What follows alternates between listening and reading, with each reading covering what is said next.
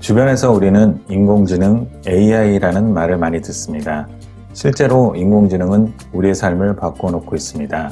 저도 스마트폰 인공지능의 이름을 불러내서 날짜를 물어보고 TV 켜줘를 반복하며 살고 있습니다. 영화 터미네이터에서 미래의 인공지능이 핵전쟁을 일으키고 인류는 멸망의 길을 걷습니다. 살아남은 일부 인간들이 로봇과 전쟁을 하게 되고 인공지능은 로봇을 과거로 보내 미래의 인간 지도자를 죽이려 한다는 내용입니다. 마지막 대사 I'll be back이라는 대사는 어린 시절 보았지만 뇌리에 강하게 남아 있습니다. 몇십 년이 지난 지금 인공지능은 돌아왔고 우리 삶의 깊숙한 부분까지 영향을 미치고 있습니다. 오늘 소개할 책은 마틴 포드의 로봇의 지배입니다. 책은 인공지능이 세상에 끼치는 영향, 이와 관련된 기회와 도전에 대해 설명하고 있습니다. 인공지능이라는 주제에 대해 마틴 포드는 충분한 조사를 통해 명확한 통찰을 보여주고 있습니다. 책에 여러 내용이 있지만 가장 관심이 있는 주제는 일자리 문제입니다. 인공지능이 나를 실업자로 만들 것인지 아니면 나를 도와줄 것인지가 최대 관심사였기에 이 부분에 대해 저자의 이야기를 들어보겠습니다.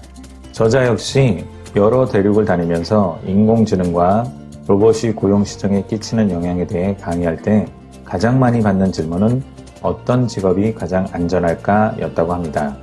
가장 일반적인 대답으로 그는 기본적이고 단조롭고 예측 가능한 성격의 직업은 피하세요 라고 답했다고 합니다. 오늘 여기서는 구체적으로 세 가지 분야를 말씀드리겠습니다.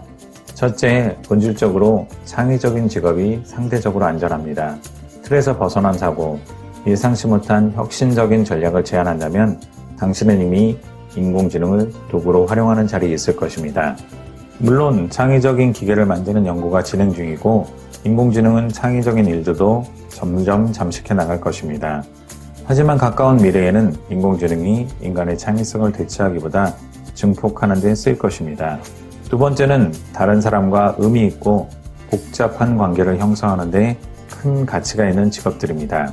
이를테면 간호사와 환자처럼 서로 공감하고 돌보는 관계라든가 컨설턴트와 고객과의 관계, 단순한 관계가 아닌 깊고 복잡한 상호작용이 필요한 서비스를 가리킵니다.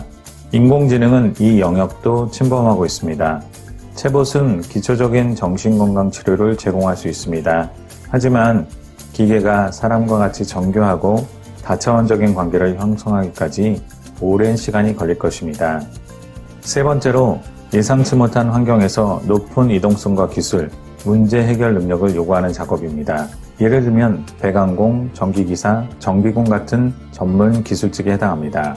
이런 유형의 자동화 로봇 개발은 훨씬 더 먼 미래에나 가능합니다.